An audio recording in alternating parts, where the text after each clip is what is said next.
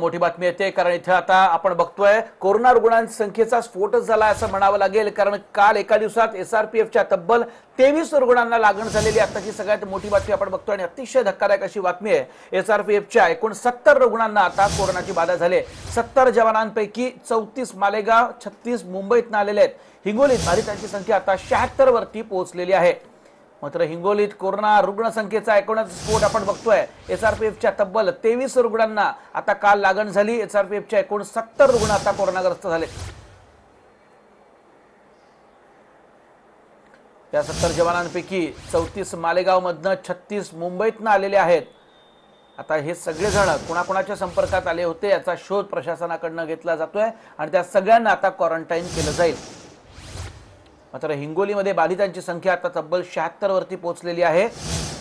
एसआरपीएफचे त्यात 70 रुग्ण आहेत, 70 जवान आहेत।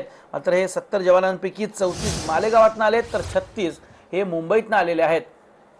मात्र या सगळ्यांना नेमकी कोरोनाची लागण कशी झाली याचा शोध देखील आता घेतला जातोय। मात्र हिंगोलीत सध्या चिंतेचं वातावरण, प्रशासन देखील हाय अलर्ट वरती। हिंगोलीत कोरोना रुग्णसंख्येचा स्फोट झालाय। एसआरपीएफच्या तब्बल 23 रुग्णांना आता लागण झाली।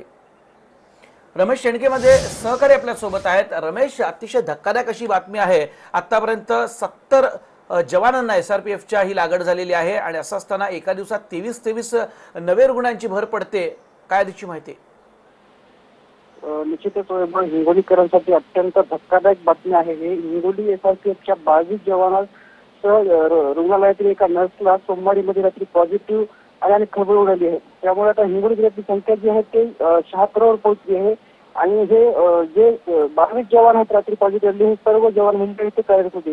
त्यामुळे आता एकूण जे आकडा आहे ते जवानांचा आकडा 69 वर पोहोचलेला आहे आणि एकूण 76 रुग्ण झाले आहेत। याच्यातली दुसरी धक्कादायक बाब म्हणजे ह्यापूर्वी 14 दिवसापूर्वी आयसोलेशन वॉर्डमध्ये भरती असलेल्या एसआरपीच्या 14 जवानांनंतर पहिला जो अहवाल आहे तो देखील पॉझिटिव्ह आले।